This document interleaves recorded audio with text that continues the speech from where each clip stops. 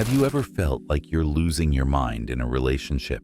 Like you're constantly walking on eggshells, questioning your own reality, wondering if you're the problem? You try to explain what's happening to friends, but the words never seem adequate. They say things like, "Just leave," or "Why don't you stand up for yourself?" As if it's that simple.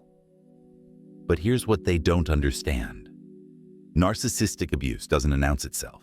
It doesn't come with warning labels or obvious red flags. It's subtle, insidious, and designed to make you question everything you thought you knew about yourself. What if I told you that there are specific signs, patterns that are so consistent across narcissistic relationships that once you see them, you can never unsee them? What if understanding these signs could be the key to reclaiming your sanity, your self-worth, and your life? Today, we're going to explore the 8 signs of narcissistic abuse that most people miss. Not the obvious ones that everyone talks about, but the subtle psychological warfare that happens behind closed doors. Because recognizing the abuse is the first step to breaking free from it. The most dangerous thing about narcissistic abuse is that it's designed to be invisible. Unlike physical abuse, which leaves visible marks, narcissistic abuse leaves psychological scars that no one else can see. And because the narcissist is often charming, successful, and well-liked by others, your experience becomes even more isolating. You start to think you're crazy. You start to believe that maybe you are too sensitive, too demanding, too difficult. And this is exactly what the narcissist wants you to think. Because the moment you start questioning your own reality, they've won. Carl Jung understood that the psyche has defense mechanisms designed to protect us from psychological harm. But what happens when those very mechanisms are turned against us? What happens when someone systematically dismantles our ability to trust our own perceptions? Let me paint a picture that might feel familiar. You're in a relationship where you constantly feel like you're not enough, not smart enough, not attractive enough, not successful enough. You find yourself constantly trying to prove your worth, constantly apologizing for things you're not even sure you did wrong. You have conversations where you walk away feeling confused, like somehow the argument got turned around, and now you're the one apologizing. You start keeping mental notes of conversations because you're told you said things you don't remember saying, or that you didn't say things you clearly remember saying. Your friends and family start to notice changes in you. You're more anxious, more withdrawn, more uncertain. You make excuses for your partner's behavior, even when it makes you uncomfortable. You find yourself isolated from the people who used to support you, often because your partner has convinced you that they don't understand your relationship or that they're jealous of what you have. But here's the thing. None of this is accidental. Every single one of these experiences is a sign of a carefully orchestrated campaign designed to break down your sense of self. And the sooner you recognize these patterns, the sooner you can begin to reclaim your power. The 8 signs we're going to discuss today aren't just behaviors, they're weapons. Psychological weapons designed to control, manipulate, and ultimately destroy your ability to think independently. But once you understand how these weapons work, they lose their power over you.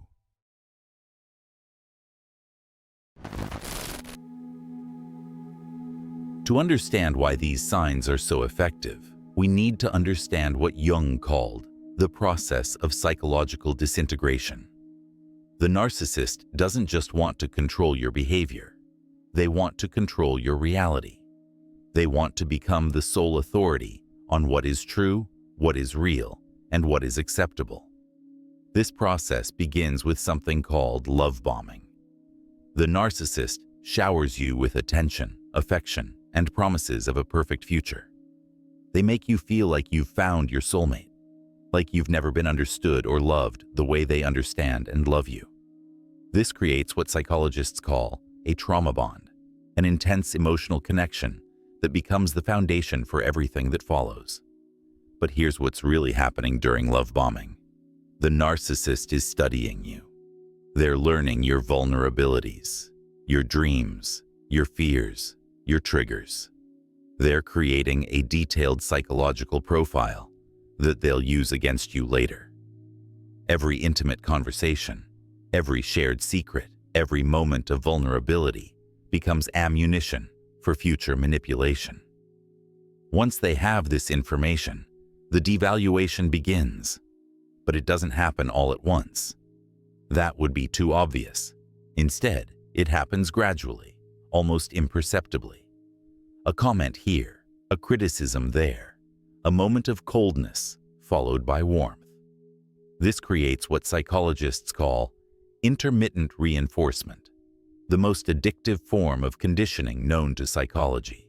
Jung spoke about the shadow, the parts of ourselves we don't want to acknowledge. The narcissist becomes an expert at finding your shadow and using it against you. They'll take your deepest insecurities and reflect them back to you as truth. They'll take your greatest fears and make them reality. They'll take your most cherished dreams and use them to manipulate your behavior. But the most insidious part of this process is how it affects your relationship with yourself. Slowly, gradually, you begin to internalize their voice. You start to see yourself through their eyes. You begin to believe that their version of reality is more accurate than your own. This is why the signs we're about to discuss are so important. They're not just about recognizing what the narcissist is doing to you. They're about recognizing what you've been conditioned to do to yourself. Because the goal of narcissistic abuse isn't just to control you in the moment. It's to install a control system in your mind that continues to operate even when they're not around. The 8 signs we're going to explore represent different aspects of this psychological dismantling. Each one targets a different part of your psychological foundation, your sense of reality, your self-worth, your autonomy, your connections with others, your ability to trust yourself. Understanding these signs isn't just about identifying abuse. It's about understanding how your mind has been weaponized against you and how you can begin to reclaim it.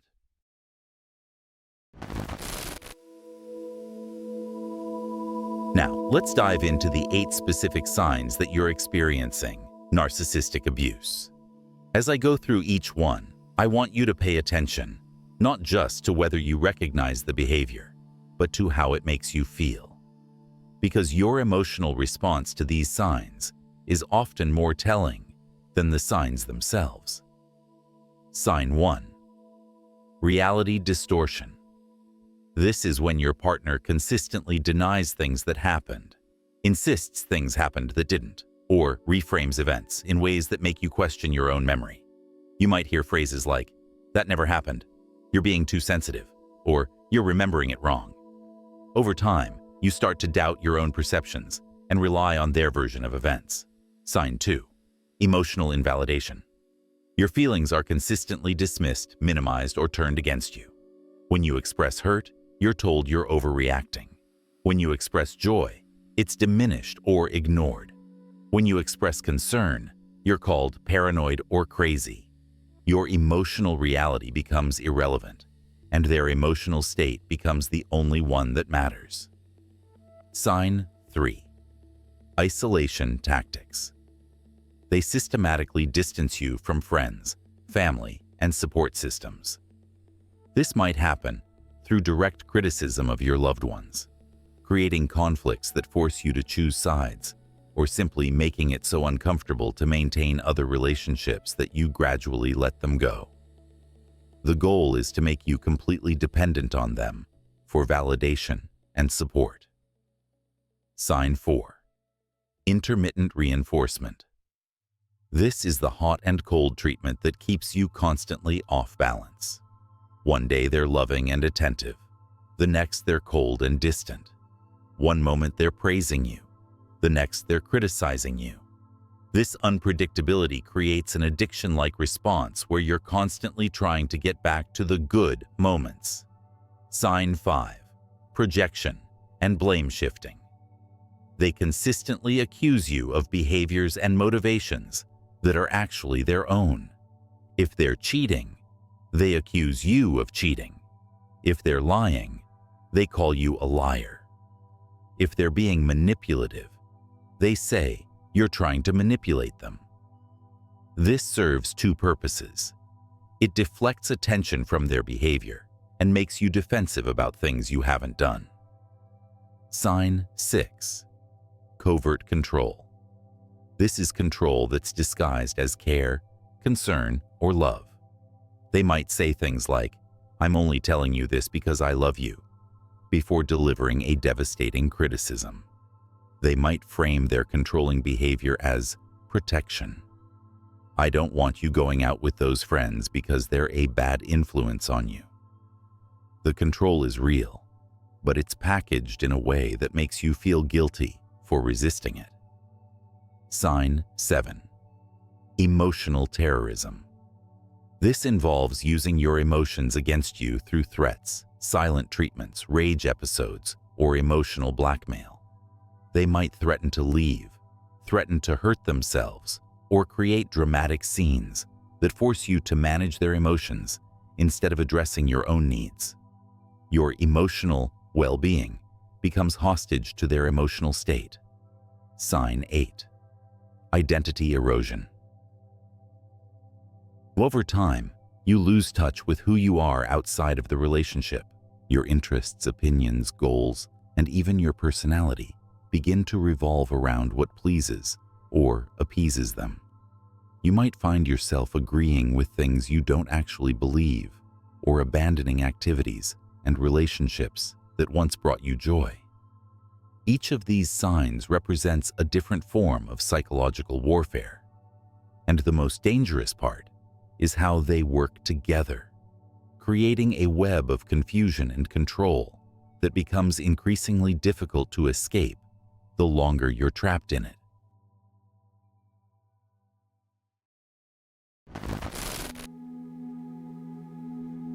Now that we've identified the signs, let's talk about what they do to your internal world. Because understanding the external behaviors is only half the battle. You also need to understand how these behaviors reshape your relationship with yourself. Jung spoke about the process of individuation, becoming who you truly are. Narcissistic abuse is the opposite of this process. It's a systematic de-individuation, where your authentic self is gradually replaced with a version of yourself that exists solely to serve the narcissist's needs. This happens through what psychologists call learned helplessness. Each time you try to assert yourself and are met with punishment, manipulation, or emotional terrorism, you learn that resistance is futile. You begin to anticipate their reactions and modify your behavior accordingly. Eventually, you stop trying to resist at all. But the damage goes deeper than just behavioral conditioning. These experiences actually change your brain chemistry. Chronic stress from emotional abuse floods your system with cortisol, which impairs memory, decision-making, and emotional regulation. The constant state of hypervigilance exhausts your nervous system, leaving you feeling depleted, anxious, and unable to think clearly. This is why people often ask, "Why didn't you just leave?" They don't understand that by the time the abuse is obvious, your capacity to make clear decisions has been systematically undermined. You're not thinking with a healthy brain. You're thinking with a traumatized brain that's been conditioned to prioritize survival over thriving. The 8 signs we discussed don't just affect your relationship with the narcissist. They affect your relationship with everyone, including yourself. You might find yourself constantly second-guessing your own perceptions, feeling like you need permission to have opinions or feelings, apologizing for things that aren't your fault, feeling responsible for other people's emotions, having difficulty making decisions without external validation, feeling like you're too much or not enough in every relationship, struggling to trust your own judgment, feeling like you don't know who you are anymore. These aren't character flaws. They're symptoms of psychological trauma, and recognizing them as such is crucial for your healing process. The good news is that just as these patterns were learned, they can be unlearned. Just as your sense of self was systematically dismantled, it can be systematically rebuilt, but it requires understanding not just what happened to you, but how it happened and why it was so effective.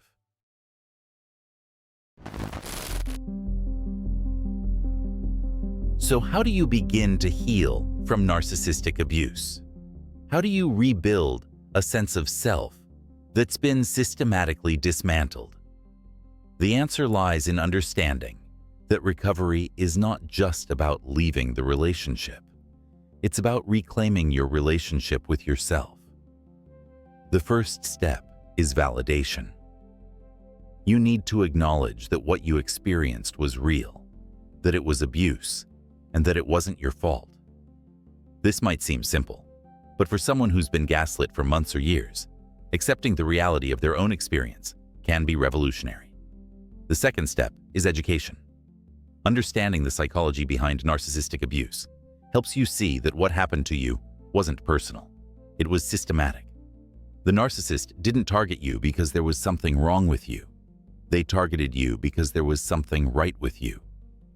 Your empathy, your compassion, your willingness to see the best in people, these aren't weaknesses to be ashamed of. They're strengths that were exploited. The third step is rebuilding your internal authority. This means learning to trust your own perceptions again, to validate your own emotions, to make decisions based on your own values rather than someone else's approval. It means reconnecting with the parts of yourself that existed before the abuse and discovering new parts of yourself that can emerge in freedom. Jung said, "The privilege of a lifetime is to become who you truly are." Narcissistic abuse tries to steal this privilege from you. But understanding the signs, recognizing the patterns, and choosing to heal is how you reclaim it. If you're recognizing yourself in these signs, if this video is bringing up difficult emotions or memories, I want you to know that you're not alone.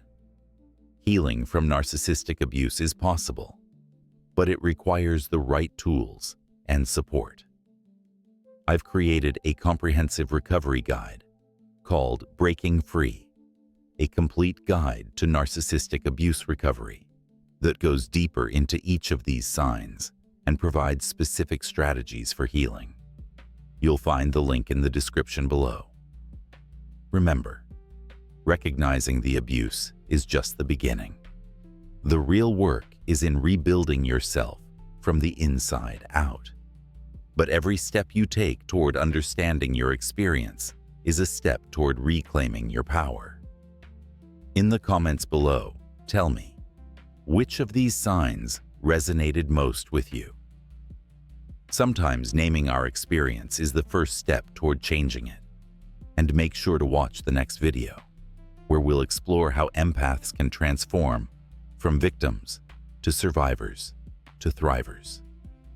Because your story doesn't end with the abuse. It begins with your decision to heal. You are not broken. You are not crazy. You are not too much. You are a survivor, and your healing journey starts now.